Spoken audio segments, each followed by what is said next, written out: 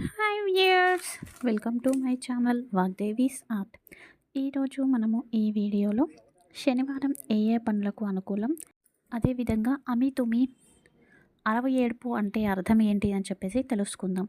ఇక శనివారం రోజు నువ్వుల నూనె రాసుకొని ఎండలో కాసేపు కూర్చొని నూనెంతా ఇంకిన తర్వాత స్నానం చేస్తే శని బాధలు అనేవి ఉండవు అని చెప్పేసి చెప్తారు.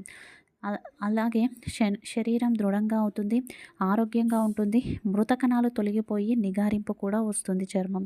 అదేవిధంగా శనివారం రోజు ఇల్లు శుభ్రం చేసుకోవడం, ఏదైనా చెత్త చెదారం లాంటిది బయటపడేయడం కూడా మంచిది.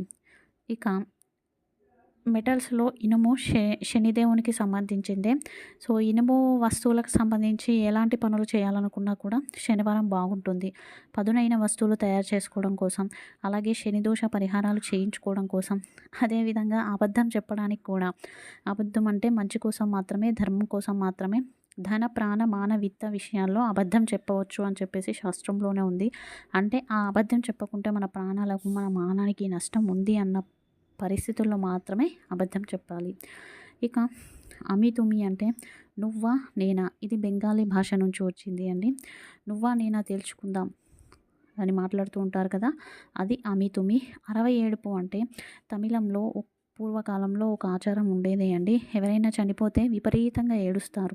ఆ విధంగా ఏడవడం వలన చనిపోయిన వారి ఆత్మ అనేది శాంతించబడుతుంది అని చెప్పేసి కొన్ని కొన్ని బృందాలు కూడా ఉండేవి అండి. అంటే వీళ్ళు డబ్బులు తీసుకొని ఏడుస్తారు.